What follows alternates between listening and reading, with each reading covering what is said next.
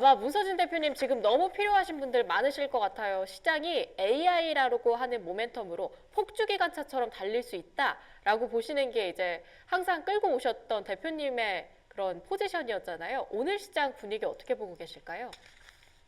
일단 시장의 방향성에 대한 부분이 변화된 거는 뭐 전혀 없거든요. 제가 이제 뭐 항상 말씀드리지만 비싸다라는 거, 밸류에이션이 고평가됐다라는 거는 뭐 얘가 인정을 하는 거죠. 동의를 하죠. 하지만 이제 이게 고점이라는 거에 대해서는 제가 항상 이제 동의할 수 없다라고 말씀을 드리고 있는데, 저는 그런 생각을 해요. 이 고점이라는 건 한번 꺾여봐야 된다. 얼마나 세게, 그러니까 이 버블과 관련된 부분이 우리가 실제로 이 관련 기업들이 실적이 이제 안 찍히는 게 확인돼야 될 것 같아요. 그러니까 뭐 오픈 AI 어차피 뭐 상장을 하지 않아서 뭐 확실하게 알 수는 없는 부분이지만 나머지 우리가 흔히 알고 있는 하이퍼스케일러들, 뭐 빅테크 기업들, 관련 기업들이 AI에 막대하게 투자를 하고 있는데 이렇게 함과 동시에 실적이 어쨌든 꺾이냐 안 꺾이냐가 중요한 것 같아요. 근데 지금 현재 분위기는 어쨌든 당장의 AI에서 수익을 바라지는 않아요. 그러니까 빅테크 기업들에게. 어쨌든 그러면 이 대신 이렇게 투자를 많이 하고 있는 흔히 말하는 이 투자 속도가 누그러지냐 안 누그러지냐가 중요할 것 같아요. 근데 어쨌든 지금 현재 분위기는 아직까지 그 누그러질 가능성이 없어 보이지 않습니까? 그런 이제 흔적도 보이지 않고 있고, 또 중요한 건 많은 분들이 닷컴 버블의 이야기를 많이 합니다. 근데 이제 결국은 어쨌든 모든 버블, 그러니까 닷컴 버블뿐만 아니라 대부분의 모든 버블의 핵심은 금리 인상이 들어가는 시점에 나왔어요. 그러니까 금리 인하가 진행되고 있는 과정에서 그러니까 시장의 유동성이 풀려지고 있는 과정에서 버블이 터진 적은 없어요. 항상 그 버블은 그러니까 유동성이 이제 이 멈추는 시점, 유동성 공급이 중단되는 시점에서 항상 버블이 터졌던 거지. 지금처럼 어쨌든 유동성이 시장에서 공급되고 있는 부분에서 버블이 터진 적은 없다라는 생각을 한다면 아직까지 우리가 시장에 대한 고점을 걱정할 필요가 있을까라는 생각을 하고 제가 어제 나와서 말씀드렸던 것 중에 하나가 저는 시장이 지금 현재는 그렇게까지 과열되지 않았는데요 라고 말씀드렸던 이유 중에 하나가 속도 조절을 하면서 간다고 말씀드렸잖아요. 그러니까 원래 만약에 뭐 그러니까 그 대기업들, 대형주 중심이 어느 정도는 상승을 했다가 또 한번 그럴 때는 또 러셀은 좀 빠졌다가 또 러셀이 올라가면 대형주는 좀 조정을 줬다가 그다음 대형주 내에서도 오늘 같은 경우도 명확하지 않습니까? 한동안 좀 요매수 좀 조정 줬던 엔비디아가 또 오늘은 오르니까 또 그동안 또 많이 흐름이 좋았던 뭐 테슬라 같은 경우는 또 좀 조정을 받고 이런 식으로 어쨌든 시장이 최대한 이런 과매수를 피하면서 올라가고 있는 부분이거든요. 이런 것들이 우리가 버블이라고 생각할 수 있을까? 뭐 다들 아신 것처럼 닷컴 버블 때 이렇게 안 올랐어요. 닷컴 버블 때는 진짜 엄청나게 많이 올랐거든요. 물론 뭐 이렇게 이야기하면 지금 또 그런 거 비슷한 거 있지 않냐? 맞습니다. 보면 뭐 양자 컴퓨터라든지 이런 기업들이 너무 무지막지하게 올라가는 건 확실하게 우려스럽긴 하지만 그건 한편의 그러니까 한 축인 거죠. 그러니까 일본의 아주 작은 그러니까 리치 마켓이라고 보면 되는 거고요. 어쨌든 시장이 메인이 되고 있는 지금은 이제 AI 내러티브를 끌고 가고 있는 대형주 중심단에서 실적이 미스나고 실적이 미스남에도 불구하고 주가가 올라가는 흐름은 연출이 안 되고 있지 않습니까? 네, 그렇기 때문에 이게 예전에 뭐 CS코라든지 그런 애들이 뭐 말도 안 되게 올라갔던 그런 닷컴 버블 때 시기와는 뭐 질적으로 다르거든요. 그렇기 때문에 뭐 저는 지금은 아직까지는 시장에 대한 고평가 관련 부분 걱정 안 하셔도 되고 저는 약간 시장 투자자들이 눈높이가 너무 높아져 있고 그 다음에 시장에 대한 요구 수익률이 너무 높아졌기 때문에 그런 것 같아요. 왜냐하면 아주 빨리 많이 더 올라갔으면 좋겠는데 지금처럼 조금 올라가다가 나중에 이렇게 나는 많이 못 먹었는데 고점 나와서 물리는 거 아니냐라는 걱정 같거든요. 그러니까 제가 보기에는 아직까지는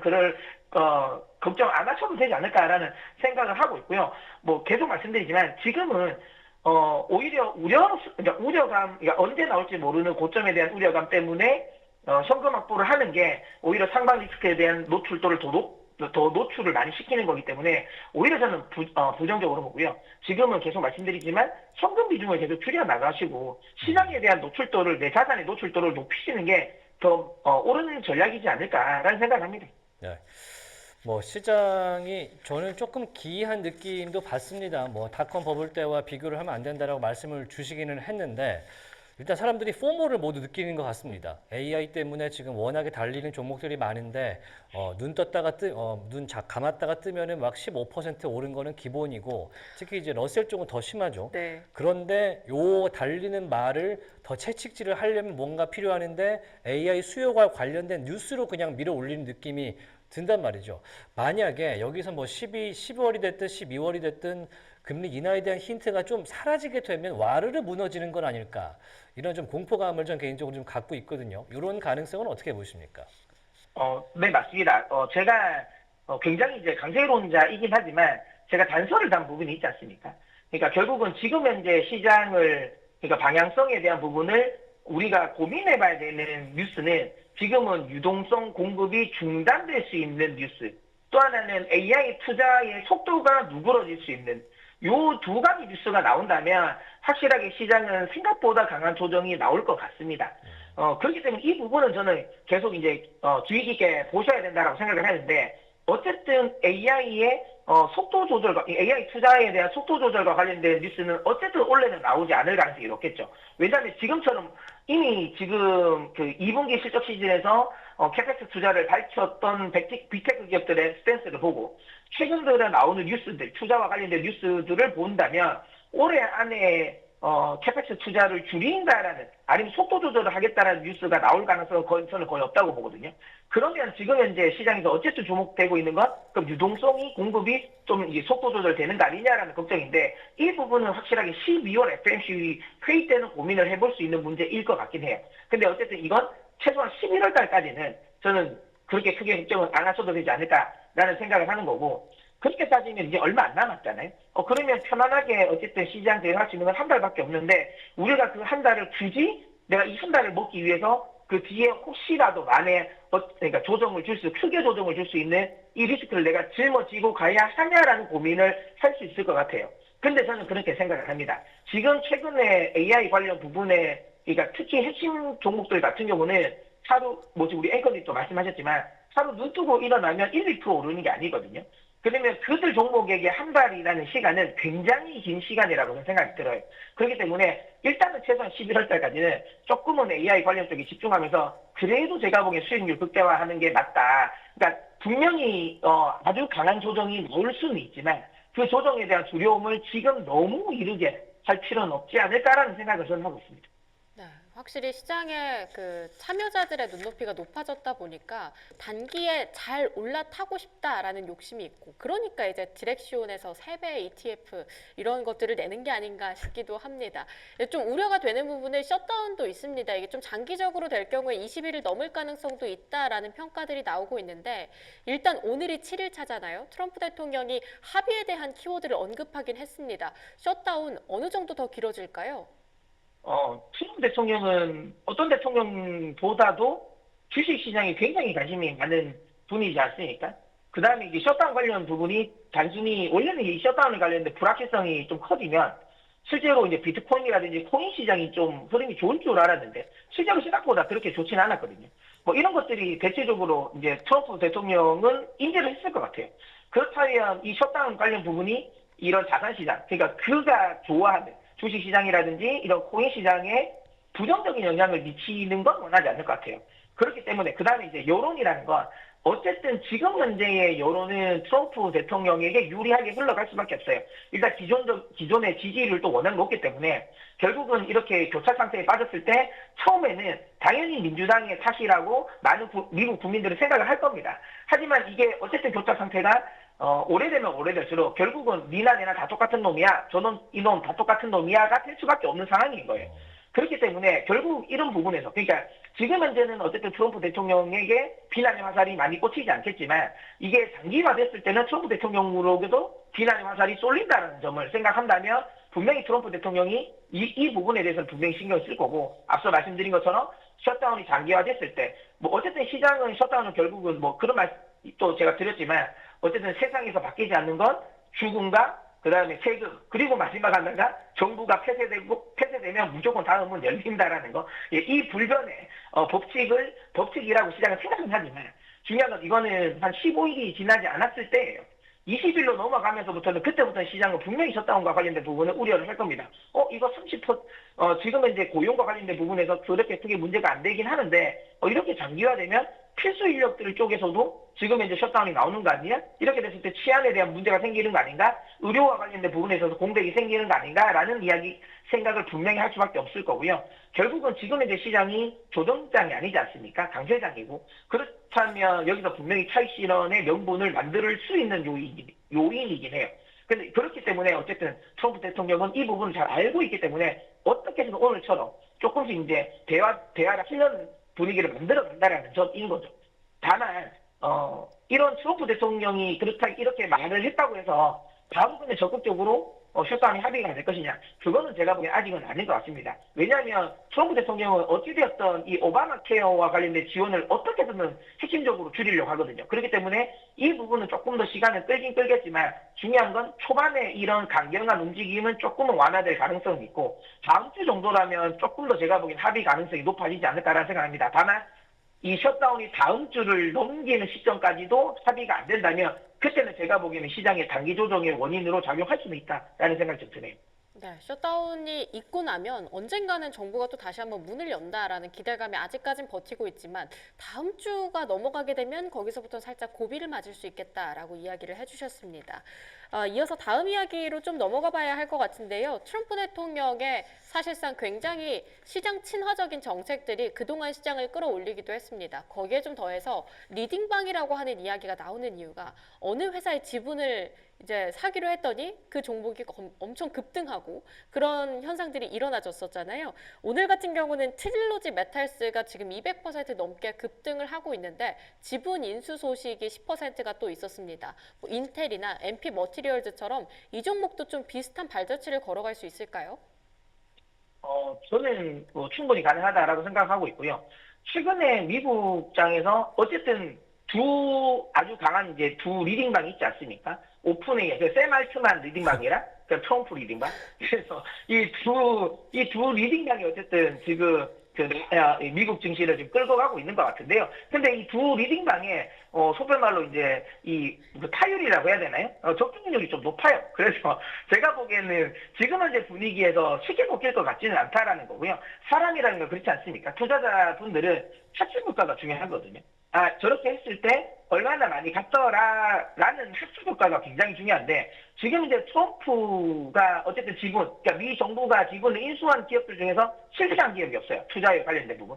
그 이슈가 나오고 급등했음에도 불구하고 그 급등을 따라갔을 때 실패를 했냐, 지금 놓고 보면 그런 기업들은 없거든요. 그런 거 감안하면 시장은 다시 한번 그러면 결국은 이쪽 관련 부분에 있어서 지금 200% 많이 올랐다? 근데 이게 오히려 저점이 아닐까라는 생각을 할 수도 있다라는 거죠. 계속 말씀드리지만 학습 효과가 굉장히 중요하다라고 보고 있고요. 지금까지는 어쨌든 실패를 하지 않았다는 점에서. 물론 이 실패가 이번이 처음일 수도 있겠죠. 하지만 어쨌든 시장 참여자들은 지금은 어쨌든 실패를 보지 않았기 때문에 이쪽 관련 부분에 있어서의 추가적인 흐름은 저는 우상향할 거다라고 저는 생각이 들고요. 추가적으로 뭔가 다음에 이런 지분을 확보를 할 수 있을까라고 하면 지금 이제 트럼프 정부의 움직임을 보면 전략자산들과 관련된 부분에 있어서는 좀 추가 지분 확보를 많이 할 것 같아요. 일단 지금 저는 개인적으로 예상되는 부분은 전력망 관련 부분, 그런 쪽에 어쨌든 지금 트럼프 대통령이 적극적으로 이런 이 전력망 관련 부분을 확충을 하려고 하는데, 이건 역시도 사실 해외 쪽 의존도가 좀 높거든요. 그런 관점에서 봤을 때 이제 전력망 관련 부분에 있어서의 회사들 지분을 좀 인수를 하려고 하지 않을까라는 생각이 드는데, 다만 전력망 관련 기업들은 굳이 지금 자금 상황이 그러니까 나쁜 기업들이 별로 없어요. 그렇기 때문에 제 생각은 미 정부가 적극적으로 지분 확보를 하려고 하지만 굳이 기업들이 아쉬움이 없어서 지분 인수가 될지는 모르겠지만, 저는 우라늄 관련 회사는 좀 가능성이 있을 것 같아요. 특히 카메코 같은 경우는 미국 회사는 아니지 않습니까? 캐나다 회사이기 때문에 제 개인적인 생각에는 캐나다 회사라는 어찌 보면 맹점을 노려서 지금 이제 트럼프 대통령 입장에서는 북미의 원전 르네상스를 이끌겠다는 입장. 그렇다면 좀 원활한 이런 이 우라늄 수급을 위해서라도 제가 보기에는 캐나다 회사를 하나, 특히 이제 카메코 같은 회사를 하나 조금 지분을 가져오지 않을까라는 생각을 합니다. 그래서 저는 개인적으로 카메코 같은 기업들도 물론 카메코 같은 기업들은 지금 현재 이 트럼프 대통령이 지분 인수하지 않아도 어차피 갈 종목이긴 하지만, 중요한 그런 이슈도 있을 수 있을 것 같다는 생각 좀 드네요. 네, 일단은 전력망 인프라 관련한 부분에서도 왠지 추가적인 인수가 있을 수 있을 것 같고 거기에 조금 더 더해본다면 우라늄 쪽에서의 카메코도 좀 눈여겨볼 필요가 있다라고 이야기를 해주셨습니다. 뭐 우라늄 관련주들은 최근에 움직임이 굉장히 좋아서 ETF 우라도 같이 체크를 해보시면 굉장히 요즘 이쪽 시장도 나쁘지 않구나라는 점 같이 확인을 해보실 수 있을 텐데요. 마찬가지로 금도 요즘 계속해서 오르지 않습니까? 금이 금값이죠. 예, 정말 금값이 돼서 이제 돌반지에 100만 원이 아니면 돌반지도 제대로 만들 수 없는 그런 때가 된 것 같은데 이제 4,000달러를 넘어섰습니다. 올해만 50% 넘게 상승을 했습니다만 금값의 고공행진 앞으로 조금 더 이어질 수 있다고 보실까요? 조금 더 이어질 것 같지는 않고요. 네. 저는 좀 더 많이 이어질 것 같다는 생각이 들거든요. 일단 제가 어제도 말씀드렸지만 저의 기본적인 마인드는 지금은 돌멩이라도 뭐든 사야 된다라는 저는 생각입니다. 근데 이런 생각을 지금 이제 많은 시장 참여자들이 하는 것 같아요. 어쨌든 계속 시장의 유동성은 공급되고 뭐 지금은 이제 뭐 달러 가치는 엔화가 좀 어쨌든 그 다카이치 사나이의 총리가 이제 신임 총리가 앉으면서 이제 엔화가 좀 급락을 하는 바람에 뭐 달러와 관련된 부분에 있어서는 조금 이제 반등이 나오긴 했지만 어쨌든 시장의 유동성은 뿌려질 가능성이 높다라는 거. 그다음에 지금 이제 이 4분기로 넘어가는 이 와중에서 이제부터 본격적인 감세 거기에 이제 이 미 재무부가 이제는 흔히 말하는 이제 채권 발행을 많이 해서 부채 한도를 많이 속된 말로 땡겨놨단 말이에요. 그러니까 현금 확보를 많이 해놨단 말이죠. 이제는 뭐 10월 달 지나면서 12월 달부터는 본격적으로 쌓아놓은 현금을 직접적인 재정에 집행할 가능성이 없다. 결국은 시장에 돈은 뿌려질 수밖에 없는 상황에서 그리고 중요한 건 금리 인하는 어쨌든 기조적으로 흘러갈 가능성이 매우 높다라는 거죠. 그러면 금이라는 건 대표적인 무수익 자산이지 않습니까? 결국은 미국의 그러니까 시장 금리에 연동할 수밖에 없는 상황이고 결국은 또 금은 또 한편 무수익 자산과 동시에 그다음에 인플레이션 해지성의 자산의 성격도 띠고 있는 부분이죠. 그렇기 때문에 당연히 화폐 가치가 떨어지는 과정에서 금값은 상승할 수밖에 없는 상황이고 거기에 플러스가 하나 더 되는 게 지금 현재 주식 시장이라든지 코인 시장이든 이런 자산 시장에 투자를 많이 하시는 분들은 마음 한켠으로는 계속 언젠간 조정이 올 거야, 언젠간 조정이 올 거야 라는 마음은 항상 가지고 계실 겁니다. 그러면 어쨌든 언제 올지는 모르겠지만 어쨌든 분명히 올 것 같은 시장의 조정, 그러니까 그 시장 리스크에 대한 또 대비 성향, 그런 성향에서도 또 안전자산으로서는 또 가치가 있기 때문에 이 3박자를 모두 갖추고 있는 금이라는 자산이기 때문에 지금 상황에서는 쉽게 떨어질까라는 생각을 합니다. 오히려 좀 떨어지면 저가의 수세가 많이 들어올 것 같아요. 그렇기 때문에 아주 큰 폭으로 하락은 나올 것 같지는 않고요. 나오더라도 뭐 그냥 기술적 조정 정도로 나올 것 같고요. 여전히 저는 우상향할 것 같다라고 생각을 하고 있고 뭐 지금 뭐 골드만삭스는 이름을 좀 바꿔야 될 것 같아요. 골드만이라고 하면 안 될 것 같아요. 네, 너무 저는 제 개인적으로 전망치가 너무 낮은 것 같습니다. 내년 전망이 지금 5,000불이 안 되지 않습니까? 예. 제가 보기에는 분명히 더 그러니까 제가 보기에 분명히 더 올릴 것 같아요.